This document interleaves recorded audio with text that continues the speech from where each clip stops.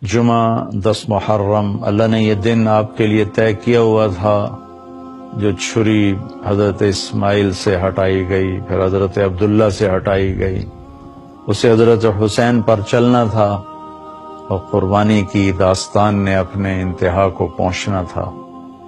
ایک مرتبہ آپ نے حضرت ام سلمہ آپ کی بیگمات میں سے ہیں، ان سے فرمایا کہ ذرا دروازے پر کھڑی ہو جاؤ، ایک فرشتہ آ رہا جو پہلے کبھی آیا نہیں مجھ سے ملنے کے لیے۔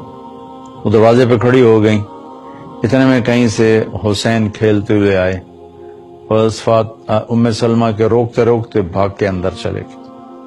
تھوڑی دیر کے بعد اندر سے رونے کی آواز آئی، اللہ کے نبی کے زور سے رونے کی آواز۔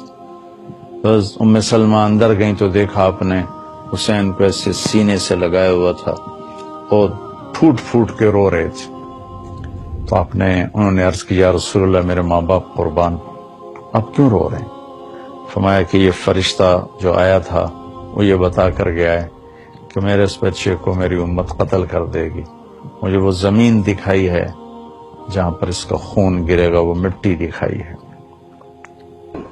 اللہ کے لیے تم ہمدردی کرو امام حسین سے، جس کے بارے میں رسول اللہ کا دین پایا گیا، اور اس کی موت سے پہلے حدیث پاک میں یہ بھی آتا ہے، وہ سارے علامہ البانی صاحب نے اکٹھے کر دیے کہ حضرت علی رضی اللہ عنہ فرماتے ہیں حجرے میں داخل ہوئے، رسول اللہ کے آنسو بہ رہے تھے۔ فرمایا یا رسول اللہ آپ بچے کو اپنی گود میں کھلا بھی نہ، رو رہے ہیں۔ فرمایا ابھی خبر دی گئی کہ یہ بچہ شہید کیا جائے۔ آپ نے کبھی نام نہیں لیا، ان حدیثوں کا حوالہ نہیں دیا، اتنا بغض اور کینہ ہے کہ تاریخی جھوٹ۔ امام زین العابدین ساری رات رویا کرتے تھے۔ ان کے ایک خادم نے کہا حضرت آپ ساری رات کیوں روتے؟ سوتے ہی نہیں، ساری رات روتے رہتے۔